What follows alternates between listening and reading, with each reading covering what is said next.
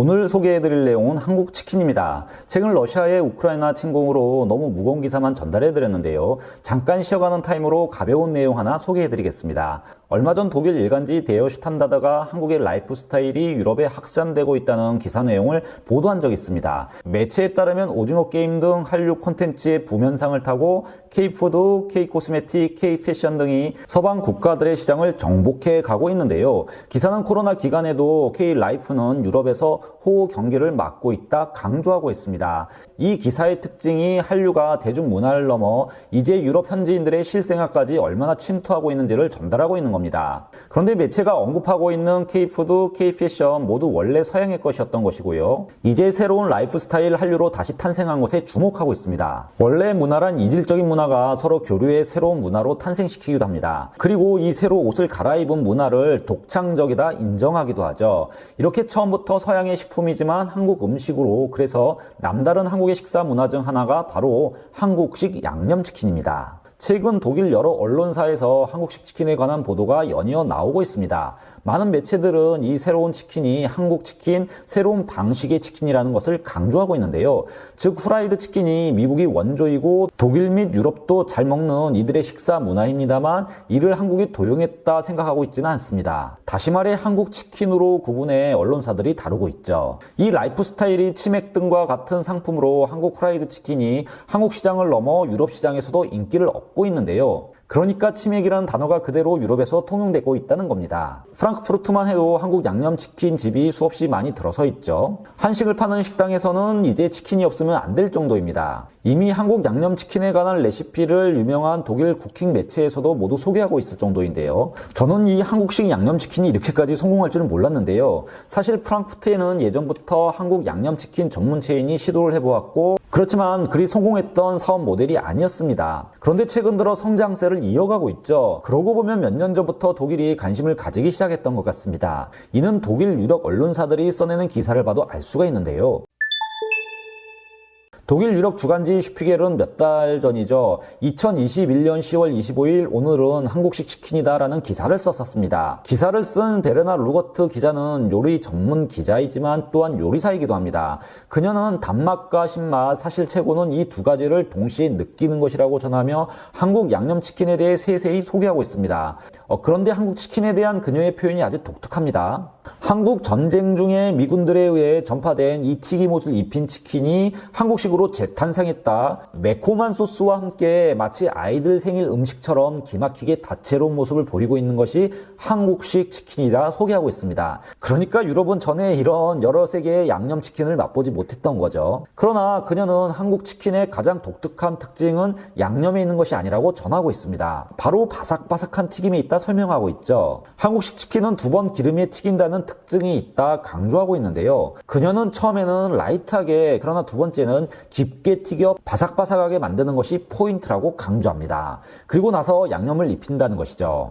독일 유력 일간지 디 벨트지 역시 바삭바삭한 튀김, 달콤하고 자극적인 칠리 계피 소스의 맛, 독일에서 한국 치킨은 시간이 지날수록 인기를 누리고 있다. 더욱더 특별한 것은 한국 식당들마다 자신의 레시피를 가지고 있다는 점이다 라고 설명하며 한국 치킨의 맛을 기사화했던 적이 있습니다. 이 기사에서도 역시 양념보다 튀김을 더 강조합니다. 디 벨트지는 특히 독일에서의 한국식 양념치킨이 얼마나 인기를 얻고 있는지에 중점을 두고 있는데요.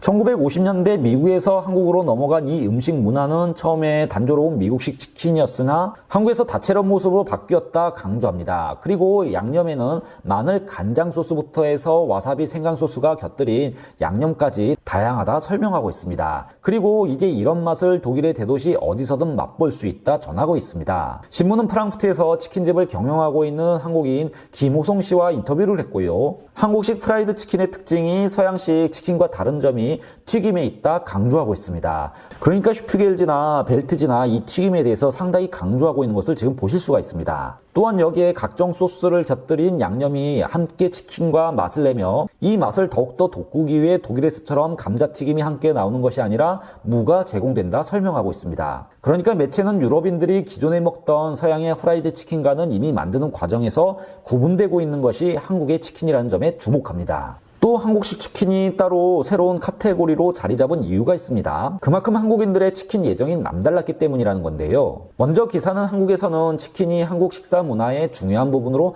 자리 잡고 있다. 그리고 그 역사가 아주 길다 강조하고 있죠. 한국은 이미 1977년에 림스 치킨이 있었으며 최초 한국 치킨 체인점은 KFC가 아니라 이 림스 치킨이라고 보도하고 있습니다. 왜 이런 설명이 나오냐면요. 독일이나 유럽 역시 KFC가 바로 최초의 치킨 체인점이기 때문입니다. 림스 치킨은 우리나라 1세대 치킨 프랜차이즈라고 해도 과언이 아닌데요. 바로 1977년 명동 신세계 백화점 본점 지하에서 치킨집이자 호프집으로 문을 열어 지금까지 45년 동안 역사를 이어오고 있습니다.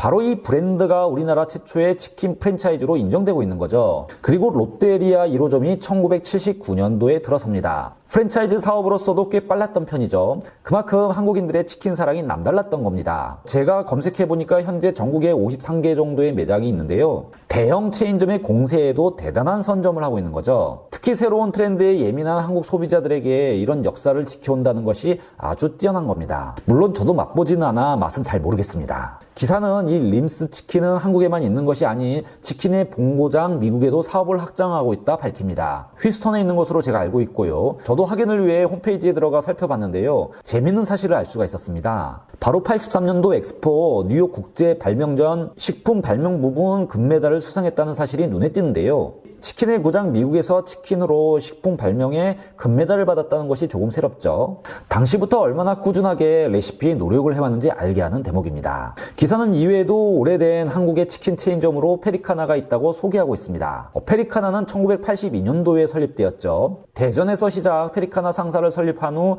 1년 만에 500여 개의 가맹점을 오픈시켰는데요. 정말 한때 센세이션을 일으킨 치킨 전문 체인점입니다. 1984년 특허청에 페리카나 상표를 등록해 브랜드화해 나섰죠. 바로 한국에서 치킨의 대중화를 열은 상표이기도 합니다. 기사는 이렇게 KFC가 한국에 들어서기 전 강력한 경쟁 업체들이 있었다 보도하고 있습니다. 이에 반해 KFC는 1984년 종로 1호점을 연 것이 그 시작이었습니다. 물론 KFC는 대기업인 두산그룹이 사업을 들여왔고 버거킹과 함께 한국 패스트푸드 체인점에 투자, 1996년에 100호점, 2000년에 205점을 오픈합니다. 림스 치킨이나 페리카나가 KFC의 경쟁이 되지 못하는 것은 사실이지만요. 매체는 오늘날 같은 치킨의 대중화가 있기 전부터 이미 한국의 치킨 사랑이 대단했다는 것을 알게 하는 모습에 집중하고 있습니다. 기사는 한국에서 젊은이들 사이에서 저녁 파티가 있으면 주문하는 것이 바로 이 한국식 치킨이며 특히 치맥이 자주 소비된다 설명하고 있습니다. 치맥은 치킨과 맥주의 합성어로 이는 치킨과 비어라고 보도하고 있습니다. 무엇보다 한국에서는 이제 식사 후 스낵과 같은 개념으로 치킨이 소비된다 설명하고 있는데요.